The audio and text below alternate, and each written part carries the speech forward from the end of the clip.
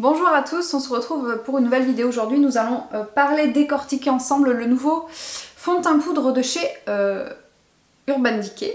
Je ne vous présente plus le fond de teint Stay Naked liquide de chez Urban Decay. Sachez qu'en cette début d'année 2020, ils nous ont sorti une version compacte, donc une version poudre de ce fond de teint là. Comme vous savez que c'est mon fond de teint préféré, bien entendu je me suis dit que j'allais tester la version poudre et vous en faire un petit retour. Donc ça fait quand même quelques jours que je le teste maintenant. Je l'ai testé de plusieurs manières différentes et je vais donc vous donner mes impressions dessus. Il s'appelle très exactement le Stay Naked The Fix. 40 teintes pour le Stay Naked liquide et donc on a 24 teintes pour la version poudre. Donc moi sur la version liquide je suis en teinte 30 CG. Et donc du coup comme elle n'existe pas dans cette version là, j'ai pris la 30 NN. Voilà, c'est la même catégorie de teinte mais en neutre au lieu d'être en sous-ton olive. Donc c'est un fond de teint qui est censé laisser respirer la peau, qui a un fini mat, une couvrance modulable, voilà, anti-âge, il y a de l'huile de moringa à l'intérieur. Donc il y a des propriétés anti-pollution, anti-âge, anti-inflammatoire, et on promet donc un teint détoxifié, purifié et matifié. Voilà, une tenue 16 heures et 24 teintes qui lui permet de s'adapter parfaitement à la carnation pour un effet peau nue et sans retouche. Donc j'utilise jamais de fond de teint poudre, donc c'est vrai que du coup j'ai pas vraiment de référence en termes de fond de teint poudre, mais je peux vous dire par rapport à cette version là et du coup par rapport à un fond de teint classique ce que ça donne et ce que j'en ai pensé. Donc la première chose déjà, je trouve que le packaging est très joli, hein. Ils ont fait un truc un peu à la Urban Decay. Voilà, donc c'est métallisé, c'est extrêmement salissant. Donc ça, tant pis pour nous. Et donc c'est un petit boîtier avec une poudre et dessous vous avez une petite éponge en... comment dire, une petite éponge à maquillage en fait, vous savez, en matière un peu comme les éponges pour le teint mais plate. Voilà, qui est cachée dessous pour les retouches dans la journée. Donc le boîtier est très joli, il est facile à ouvrir, il tient bien, enfin bref ça va. Donc le premier truc que je peux vous dire, et que vraiment... qui a été le premier truc à me décevoir parce que vous allez voir que ça sera pas le seul point, mais déjà donc j'ai fait des notes tout au long de la semaine. Voilà, je me suis fait des notes. Donc le premier jour où donc je l'ai essayé sur plusieurs jours et je vous ai filmé des petites séquences où je l'ai appliqué de plusieurs manières. Donc le premier essai que j'ai fait, je l'ai utilisé en fond de teint pur et simple, c'est-à-dire directement sur la peau, nue, sans rien. Et du coup vous allez voir ce que ça donne. La première chose que j'ai remarqué, c'est au niveau de la teinte. Alors déjà, il y a un problème de correspondance de teinte entre la version compacte poudre et la version liquide. Vous pouvez constater ici qu'il y a une grosse différence entre les deux teintes. La version liquide est plus foncée, la version poudre est très claire par rapport à la version liquide, ce qui pose quand même un petit problème au niveau de la correspondance des teintes, puisque si vous prenez la même, vous allez vous retrouver avec un fond de teint qui est trop clair. Ce qui a exactement été mon cas. Donc vu qu'il est très clair, quand je l'ai appliqué seul sur mon visage, vous allez voir sur les images, mais c'est vrai que à l'application, on sent vraiment que c'est très clair. Comme il est très mat, donc pas du tout lumineux, ça fait un rendu qui est quand même assez terne mis comme ça sur le visage. Du coup, j'ai dû quand même utiliser du spray fixant par-dessus et en finition aussi par-dessus parce que vraiment ça faisait un effet vraiment très mat. Assez plat. Heureusement j'ai pas de zone de déshydratation et j'ai la peau grasse parce que je sais même pas ce que ça aurait donné sur une peau sèche. Donc au niveau de l'application, tout seul sur la peau comme ça directement, j'ai testé avec la petite éponge et j'ai testé aussi avec un pinceau. Je préfère de loin le fini au pinceau parce qu'avec l'éponge j'ai trouvé que ça marquait quand même plus la sécheresse, ça faisait plus sec avec ça là. L'éponge est très mat, ça marque pas mal la sécheresse de la peau, ça tiraille un peu quand on le met directement sur la peau ce produit là, même moi qui ai la peau grasse, c'est vrai que là pour le coup j'ai eu des problèmes de confort, je trouve que ça tiraille vraiment beaucoup, donc il faut mettre du spray fixant. J'ai mis du spray fixant tout de suite après, j'en ai mis d'un côté, j'en ai mis même dessous du spray fixant parce que j'ai fait un premier côté et j'ai trouvé vraiment que ça tiraillait beaucoup. Du coup quand j'ai fait l'autre côté j'ai mis du spray en dessous et j'ai mis du spray par dessus. Au niveau de la couvrance, je trouve que pas qu'elle soit mauvaise, ça couvre plutôt bien mais ça n'a pas du tout la couvrance d'un fond de teint liquide je trouve. Surtout que c'est plus facile. Alors à l'éponge, avec leur petite éponge qu'ils ont fournie, c'est quand même difficile d'avoir un rendu homogène partout, identique. Avec le pinceau c'est plus facile à fondre. mais c'est quand même, voilà, c'est quand même pas au niveau fond de teint ce que j'ai trouvé de plus joli aussi sur la peau. Avec le pinceau, déjà on perd un peu plus de produit parce que c'est une poudre qui a beaucoup de...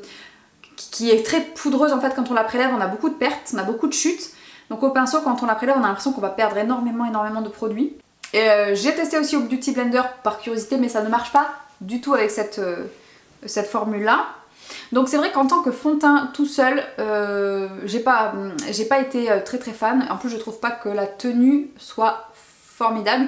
Après le rendu, une fois que tout était appliqué, tout ça, vous le verrez sur les images, ça a été. Il est plutôt joli, mais le problème c'est que ça tient pas dans le temps. Donc bof. Donc c'est un fond de teint qui n'a aucune odeur et qui est un fini mat. Il floute quand même pas mal les pores. Il a vraiment un rendu, voilà, un peu peau floutée, les pores lissés. Mais par contre il est vraiment très mat. Donc il peut être inconfortable. Je pense que c'est vraiment un produit qui plaira pas du tout ni aux peaux sèches ni aux peaux même normales et déshydratées fuyées. Mais les peaux grasses, peut-être que vous allez bien aimer. Il a une couvrance quand même intéressante pour une poudre, parce que quand on met une poudre teint, c'est vrai que ça couvre rien. Là, c'est vrai que ce qui est intéressant, je vais vous montrer par exemple là tout de suite, c'est que si je prends un pinceau de poudre, qu'est-ce que je pourrais prendre? On va essayer avec un pinceau fin comme ça, donc c'est le pinceau Sephora que j'aime bien. Là on est en fin de journée, je vais prélever un peu de poudre, c'est vrai que vous voyez on voit que c'est couvrant. Et par exemple si j'ai un endroit de mon visage où j'ai perdu un peu de couvrance, hop, tout de suite ça va, vous voyez sur mon nez là qui est un petit peu plus rouge, hop, voilà. Le problème c'est que là, je trouve que ça fait quand même un peu plus terne, ça éteint pas mal et en plus comme il est très clair, j'ai un peu de mal... à l'apprécier. Peut-être que c'est la teinte aussi qui me gêne. Elle est quand même jolie sur la peau, mais elle fusionne pas complètement avec la peau comme le ferait le liquide. Donc voilà, en retouche, ça reste comme ça que je la préfère en retouche. Après il faut faire attention parce que comme elle est très couvrante, je vous fais une démonstration ici, c'est que si je fais une retouche ici par exemple, vous voyez que je vais avoir une démarcation par rapport à mon blush.